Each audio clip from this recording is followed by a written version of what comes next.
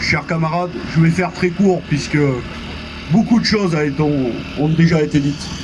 Moi je me rappelle, il y avait EDF, GDF, il y a très longtemps. C'était deux entreprises publiques qui avaient un monopole. C'était deux entreprises intégrées, tu l'as dit tout à l'heure, de la production jusqu'à la commercialisation, le transport et la distribution. Et ça marchait.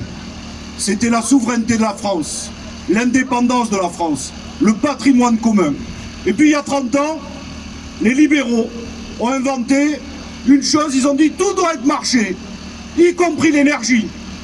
Et ils ont inventé de toutes pièces des acteurs alternatifs.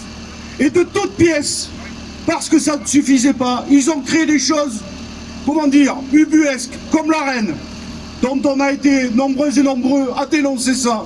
C'est comme si, à l'époque, on aurait dit à Renault, produisez et vendez un quart de votre production à Peugeot pour qu'ils les vendent et qu'ils vous concurrencent sur le marché. C'est ça qu'on a fait avec la reine et la production nucléaire d'EDF.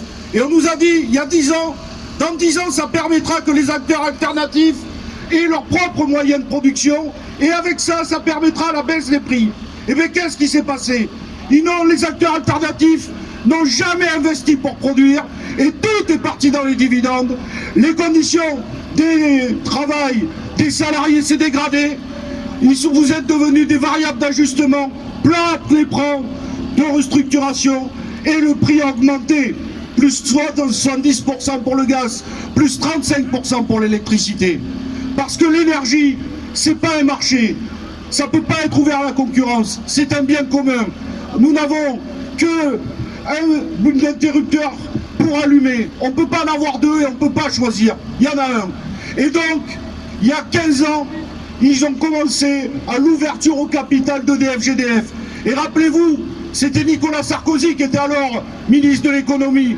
Il avait dit jamais on privatisera EDF GDF. Et bien ils ont mis 15 ans à dépecer GDF qui est devenu Engie. Et d'ailleurs le plan Canadieux dont il faudrait aussi parler, c'est la même chose que le projet Hercule. C'est scinder l'entreprise en deux pour au final continuer à le vendre aux intérêts financiers et notamment à l'entreprise Total. Et maintenant, ils s'attaquent à EDF, même dans la main avec la Commission européenne, dont il ne faut pas dire que c'est un ovni. À la Commission européenne aussi, il y a des hommes et des femmes qui font des choix. Ils ont été élus, ils ont été nommés par les gouvernements. C'est un plan de déstructuration des entreprises pour livrer l'ensemble des entreprises publiques au capital financier. Voilà la réalité. Et à partir de là, hier, Barbara Pompili nous a encore répondu à une question d'actualité. On ne veut pas désintégrer EDF, mais c'est bien ça le plan Hercule. Parce que lorsqu'il y aura le bleu, le vert et le azur, et que le vert où il y a Enedis, la commercialisation et l'ensemble de ce qu'on appelle les choses rentables, Enedis c'est 600 millions de dividendes chaque année qui reviennent à EDF. Mais ces 600 millions-là, ils n'iront pas pour aller sécuriser le nucléaire, ils iront dans la poche des dividendes des actionnaires privés. Et après on nous dira, mais dans EDF bleu, on n'y arrive plus, regardez la dette, ça ne marche plus, donc il faudra aussi, d'ici 10 ans, vendre nos centrales nucléaires. Donc le projet, il est global, il est préparé depuis longtemps, gouvernement après gouvernement, et ils ont décidé de tout livrer au marché financier, comme ils l'ont fait à l'époque avec France Télécom, comme ils l'ont fait avec les camarades de la SNCF, comme ils l'ont fait à la Poste et avec l'ensemble des services publics.